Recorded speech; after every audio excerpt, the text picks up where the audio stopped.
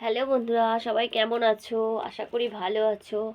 তো আমার শরীরটা আজকে খুবই খারাপ, তার জন্য যে দোকানেও যেতে পারিনি।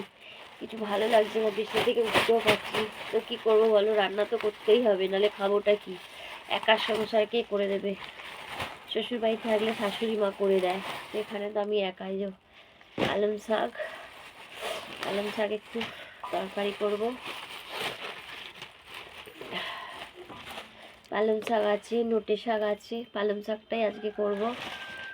আর এই যে চাল কুমড়ো কালকে কিনেছিলাম একটা, ওই চাল কুমড়োটা হাফ একটু করব বড়ি টড়ি দিয়ে। একদম শরীর ভালো লাগছে না, উঠতে পারছি না, একদম মাথা তুলতেও পারছি না, এত সর্দি করেছে। কারণ কি, ঠান্ডায় গিয়েছি কদিন, আর ঠান্ডা সারাক্ষণও তো ফেসিয়াল টেসিয়াল করি, জলই ঘাঁটি, তাই জন্য এত শরীর খারাপ বন্ধুরা, কি বলবো। ভাবছিলাম মাকে বলবো চলে আসতে একটু রান্না করে দেওয়ার জন্য, তারপর ওই না নিজেই করি। মায়েরও বয়স হচ্ছে, মা বা অত কোথা থেকে করবে বলো।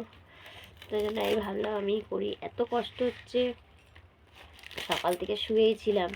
একটা প্যারাসিটামল খেলাম, খেয়ে একটু মাথাটা কমেছে, কমতে আর এই উঠে শাক কাটতে বসে গেছি। শাকগুলো আমাদের চাষেরই শাক, বাবা পাঠিয়েছিল, পরিষ্কার করে পাঠিয়েছে একদম। তাই ফ্রিজে রেখে দিয়েছিলাম, এই বের করে আর এই কাটতে বসলাম। একটু পালং শাকের ডালনা করব, আর চাল কুমড়োটা একটু করব। তাই ভাবলাম বন্ধুদের সঙ্গে একটু বক বক করি, যদি ভালো লাগে। একা একা বোর হচ্ছি, তাই তোমাদের সঙ্গে একটু কথা বলতে এলাম। আজকে কে কী বন্ধুরা রান্না করছো, কে কী খেলে, অবশ্যই কমেন্ট করে জানাবে। আর একটু আমার পাশে থেকো।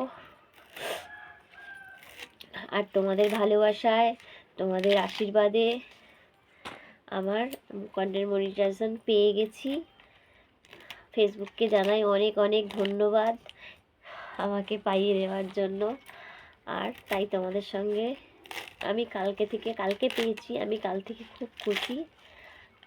আর তাই তোমাদের সঙ্গে শেয়ার করলাম। শুধু তোমাদের ভালোবাসা আর তোমরা বড়রা আশীর্বাদ করো, এর জন্যই পেয়েছি। এইভাবে আমার পাশে সবসময় তোমরা থেকো, আরও যেন আমি এগোতে পারি। যেই আশা নিয়ে এসেছি সেই আশা যেন সফল হয়। তো আর কি বলবো, সবাই আমার পাশে একটু থেকো আর এইভাবে ভালোবাসা দিও। তো চলো, সবাই ভালো থেকো, সুস্থ থেকো, এই শুভ কামনা করি। তা আমি ওবেলা দেখি, যদি শরীরটা ঠিক থাকে তো দোকানে যাব, এবেলা তো যেতে পারলাম না। তো চলো, টাটা বন্ধুরা, সবাই ভালো থেকো।